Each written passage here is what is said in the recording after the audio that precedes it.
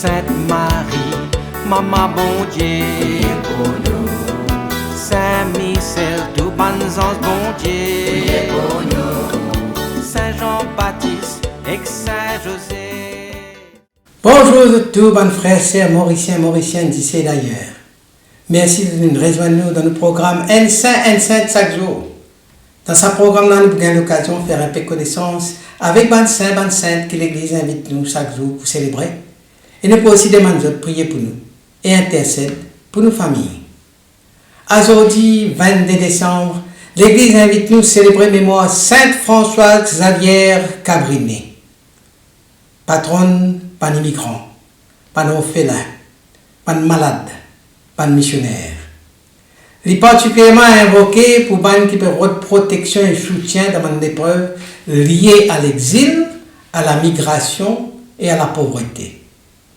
Je profite de l'occasion pour célébrer, pour saluer Panne Françoise, Panne Francesca, Panne Xavier. Imaginez une jeune femme italienne de petite taille, mais avec un regard déterminé. Née d'une famille modeste de paysans du nord de l'Italie au milieu du 19e siècle.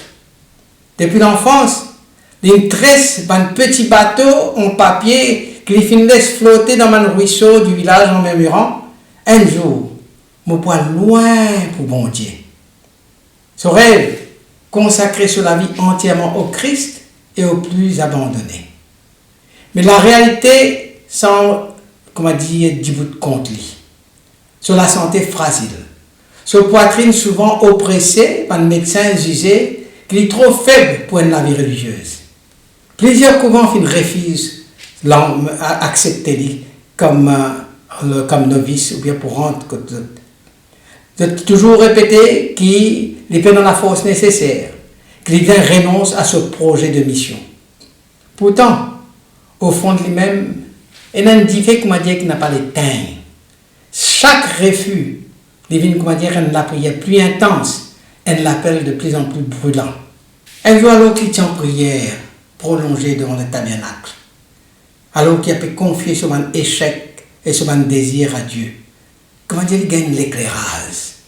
Là, il trouve, il avait traversé l'océan, il a pu élever un monde nouveau.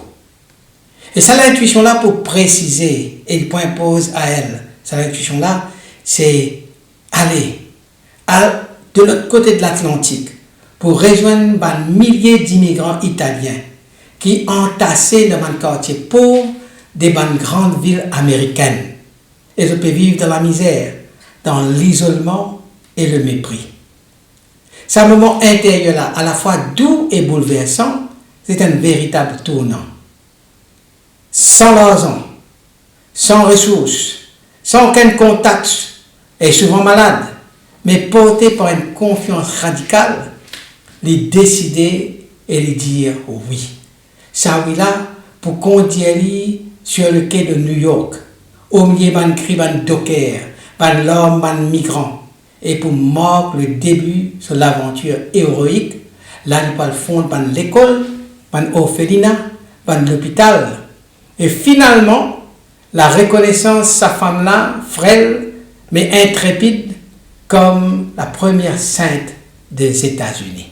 Née le 15 juillet 1850 à Sant'Angelo, dans la région lombarde en Italie, Francesca Saverio Cabrini grandit dans une société pleine de transformations, marquée par l'industrialisation et la migration massive. Beaucoup d'Italiens peuvent immigrer en Amérique. Issue d'une famille de cultivateurs, elle est pour une institutrice en 1872, mais se l'appelle pour une plus grande. Il a envie de consacrer sa vie aux pauvres et aux malades.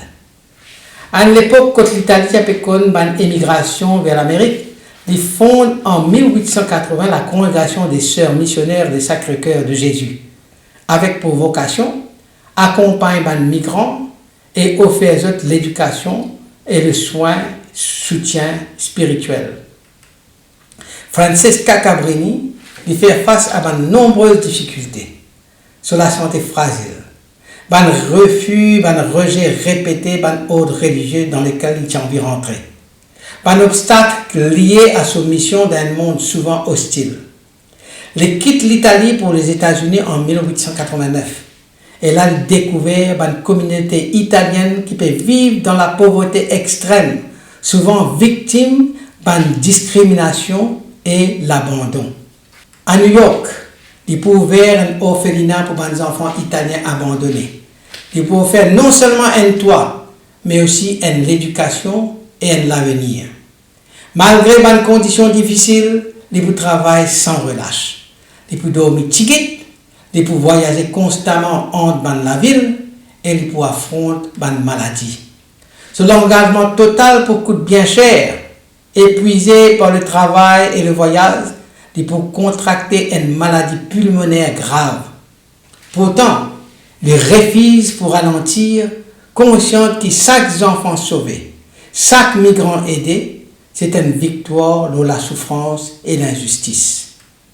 Le tournant décisif sur la vie y arrivé, étant d'accepter l'appel pour quitter l'Italie pour les États-Unis, un choix courageux et risqué à l'époque. Il comprend que sa mission dépasse les frontières nationales.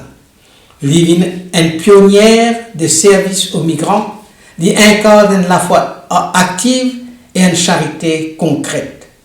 Ce choix définitif pour amener loin la route que il pouvait une figure emblématique de la solidarité et de l'espérance. Dans un orphelinat fondé par Sainte Françoise Xavier Cabrini à Chicago, un enfant qui atteint une maladie grave, jugée incurable par un médecin de l'époque. Ces enfants-là, fragiles et souffrants, qui confiés aux soins attentifs d'une sœur missionnaire de Sacré-Cœur sous la direction spirituelle de Françoise Cabrini. Face au désespoir d'une famille et au silence des traitements médicaux, Cabrini les tourne vers la prière avec une la foi intense et inébranlable. Il organise une veillée de prière. Il implore la protection divine de ces enfants-là. Et petit à petit, contre toute attente médicale, ces enfants-là commencent à rétablir, ils commencent à guérir jusqu'à une guérison complète et durable. C'est un phénomène inexplicable par la science de l'époque, finit rapidement reconnaître par l'Église comme un miracle. Il renforce profondément la foi des communautés italiennes, souvent marginalisées et persécutées. Il offre un signe tangible de l'amour et de la présence de Dieu au cœur des autres souffrances. Ce miracle-là légitime aussi la mission des sœurs missionnaires. Il donne aux autres une autorité spirituelle et morale qui facilite la création d'un nouveau établissement et l'extension d'autres œuvres de charité. Au début du XXe siècle, l'épidémie de grippe qui frappe plusieurs villes américaines, provoquant une panique et une désolation, particulièrement dans un quartier pauvre que vivent de nombreux immigrants italiens. Dans ce contexte de peur et de mortalité élevée, un établissement fondé par Sainte Cabrini, orphelinat, école, hôpitaux, sont miraculeusement épargnés. Alors que la maladie peut propager rapidement autour d'eux, ce lieu-là finit un havre de paix et de guérison. Les habitants et les malades ont attribué sa protection exceptionnelle-là à l'intercession de Cabrini, dont la réputation de protectrice des malades et des démunis peut renforcer considérablement. Ce miracle-là est rapporté par une chronique locale et qui est relayée par les témoignages des survivants. Ils ont contribué pour faire de Cabrini une figure emblématique de la charité chrétienne et de la protection divine. Ce miracle inspire confiance et espoir dans un temps d'épreuve et encourage la solidarité envers les plus vulnérables. Ça deux miracles-là, un intime et personnel et l'autre collectif et protecteur, ont illustré double dimension de la mission de Sainte Françoise Xavier Cabrini. Soigner les corps et réconforter les âmes, tout en incarnant une présence divine au cœur des souffrances humaines. Je témoigne aussi de la puissance de la foi active, capable de transformer l'épreuve en signe d'espérance. D'un monde toujours marqué par une migration, par une crise humanitaire, par une inégalité. Saint François Xavier Cabrini, il reste une figure d'inspiration majeure.